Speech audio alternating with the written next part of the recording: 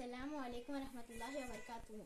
मुश्किल ते रास्ते आसान हो गए, दुश्मन ये देखकर हैरान हो गए। रखा मेरे नबी ने दुनिया में जब कदम, फत्तर भी कलमा पढ़कर हैरान हो गए। मोहतरम सामाईन और मेरे अजीज साथियों, अस्सलामुअलैकुम व रहमतुल्लाहि व बरकातुहू। मेरी आज की तकरीर का मौजू हजरत मोहम्मद सल्लल्लाहु अलैहि वसल्लम की सीरत मुबारक है। एक कलमा गो के लिए, एक कलमा मुसलमान के लिए और एक कलमा मोमिन के लिए। नबी की जात ग्रामी मज़कर व महवर है। लाओ कहाँ से लफ्ज जो तेरे सना करूं, लाओ कहाँ से लफ्ज जो तेरी सना करूं।